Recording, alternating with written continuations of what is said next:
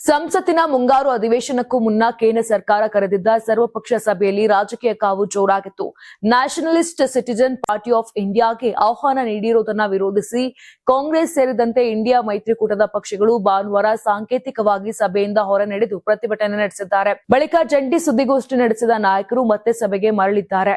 ಕಾಂಗ್ರೆಸ್ನ ಪ್ರಮೋದ್ ತಿವಾರಿ, ಸಮಾಜವಾದಿ ಪಕ್ಷದ ಧರ್ಮೇಂದ್ರ ಯಾದವ್, ಎನ್ಸಿಪಿ ನಾಯಕಿ ಸುಪ್ರಿಯಾ ಸುಳೆ ಹಾಗೂ ಟಿಎಂಸಿಯ ಮಹುವಾ ಮೊಹಿತ್ರಾ ಸೇರಿದಂತೆ ಹಲವು ವಿರೋಧ ಪಕ್ಷಗಳ ನಾಯಕರು ಈ ಪ್ರತಿಭಟನೆಯಲ್ಲಿ ಭಾಗವಹಿಸಿದ್ದರು.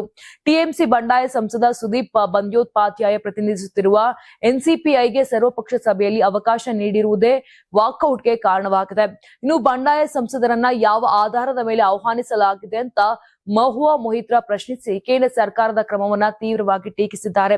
ಸಂಸತ್ತಿನ ಮುಂಗಾರು ಅಧಿವೇಶನದ ಶಾಸನೀಯ ಕಾರ್ಯಸೂಚಿ ಕುರಿತು ರಾಜಕೀಯ ಪಕ್ಷಗಳಿಗೆ ಮಾಹಿತಿ ನೀಡಲು ಕೇಂದ್ರ ಸರ್ಕಾರ ಈ ಸರ್ವಪಕ್ಷ ಸಭೆಯನ್ನ ಆಯೋಜನೆ ಮಾಡಿತ್ತು. ಸಭೆಯಲ್ಲಿ ರಕ್ಷಣಾ ಸಚಿವ ರಾಜನಾಥ್ ಸಿಂಗ್ ಸರ್ಕಾರದ ಪರವಾಗಿ ಮಾತನಾಡಿ ಅಧಿವೇಶನದ ಕಾರ್ಯಸೂಚಿಯ ಬಗ್ಗೆ ವಿವರಿಸಿದ್ರು. ಇನ್ನು ಮುಂಗಾರು ಅಧಿವೇಶನದಲ್ಲಿ ರಾಮ ಜನ್ಮಭೂಮಿ ಟ್ರಸ್ಟ್ಗೆ ಸಂಬಂಧಿಸಿದ ದೇಣಿಗೆ ದುರ್ಬಳಕೆ ಆರೋಪ, ನೀಟ್ ಪ್ರಶ್ನೆ ಪತ್ರಿಕೆ ಸೋರಿಕೆ ಸೇರಿದಂತೆ ಹಲವು ರಾಷ್ಟ್ರೀಯ ಮಹತ್ವದ ವಿಚಾರಗಳನ್ನ ಪ್ರಸ್ತಾಪಿಸುವುದಾಗಿ ವಿರೋಧ ಪಕ್ಷಗಳು ತಿಳಿಸಿವೆ. ಸಭೆಯ ಬಳಿಕ ಮಾತನಾಡಿದ ಸುದೀಪ್ ಬಂದ್ಯೋಪಾಧ್ಯಾಯ, ಇಂದು ನಾನು ಎನ್ಸಿಪಿಐ ಪ್ರತಿನಿಧಿಯಾಗಿ ಸರ್ವಪಕ್ಷ ಸಭೆಯಲ್ಲಿ ಭಾಗವಹಿಸಿದ್ದೇನೆ.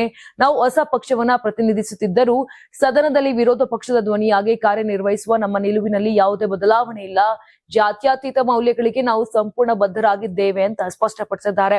ಈ ಬೆಳವಣಿಗೆಯೊಂದಿಗೆ ಸಂಸತ್ತಿನ ಮುಂಗಾರು ಅಧಿವೇಶನ ಆರಂಭಕ್ಕೂ ಮುನ್ನವೇ ಆಡಳಿತ ಮತ್ತು ವಿರೋಧ ಪಕ್ಷಗಳ ನಡುವಿನ ರಾಜಕೀಯ ಸಂಘರ್ಷ ಮತ್ತಷ್ಟು ತೀವ್ರಗೊಂಡಿದ್ದು, ಅಧಿವೇಶನದಲ್ಲಿ ಹಲವು ಪ್ರಮುಖ ವಿಷಯಗಳ ಬಗ್ಗೆ ತೀವ್ರ ಚರ್ಚೆ ಹಾಗೂ ವಾಗ್ವಾದ ನಡೆಯುವ ಸಾಧ್ಯತೆಗಳು ಹೆಚ್ಚಾಗಿವೆ.